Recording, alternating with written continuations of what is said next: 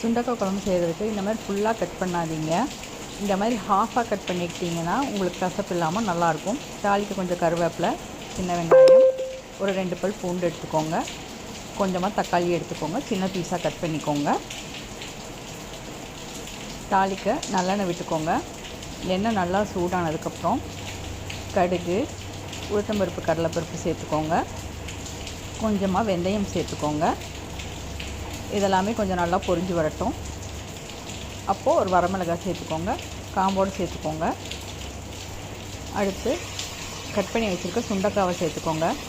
நீங்கள் வெங்காயம், தக்காளி எல்லாம் இது நல்லா வதங்கினதுக்கப்புறம் சேர்த்திங்கன்னா தான் டேஸ்ட் நல்லாயிருக்கும். முதல்லே சேர்த்துட்டிங்கன்னா நல்லா இருக்காது. இந்த சுண்டைக்காய் வந்து நல்லா எண்ணெயில் வந்து வெந்து வரணும். அப்போ தான் வந்து நம்மளுக்கு கசப்பு இல்லாமல் நல்லாயிருக்கும். தேங்காய் எதுவும் வேறு அரைச்சி விட தேவையில்லை. புளி மட்டும் ஒரு சின்ன லெமன் சைஸ் அளவுக்கு எடுத்து அதை நல்லா கரைச்சி வடிகட்டி வச்சுக்கோங்க. இப்போ பாருங்கள், எல்லாம் ஒன்று போல் நல்லா வெந்து வந்திருக்கு. அந்த கலர் வந்து சேஞ்ச் ஆகிருக்கு. இந்த மாதிரி கலர் சேஞ்ச் ஆகிற வரைக்கும் விடணும். அடுப்பு வந்து மீடியம் ஃப்ளேமில் வச்சுக்கோங்க. அதிகமாக வச்சிங்கன்னா நல்லா இருக்காது.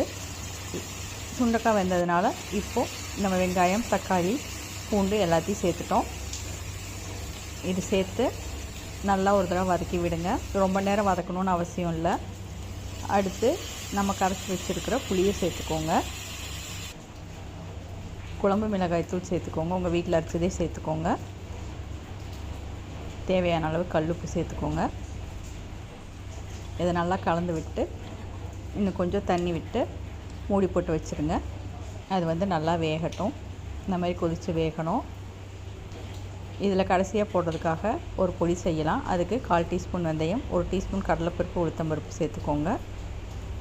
1 ஸ்பூன் மல்லி விதைகள், கொஞ்சம் மிளகு, ஒரு வரமிளகாய், கருவேப்பிலை, கொஞ்சம் பெருங்காயத்தூள், இது எல்லாமே சேர்த்து சிம்மில் வச்சு இந்த மாதிரி நல்லா வறுத்து எடுத்துக்கோங்க.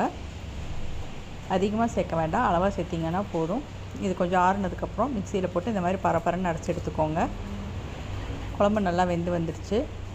ஃபைனலாக இந்த அரைச்சி வச்சுருக்கிற பொடியை தூவி இறக்கிக்கோங்க.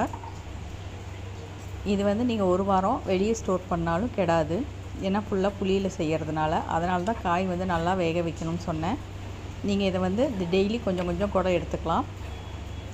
ஹீமோகுளோபின் கம்மியாக இருக்கிறவங்களுக்கு இது நல்லா ஹீமோகுளோபின் இன்க்ரீஸ் பண்ணி கொடுக்கும்.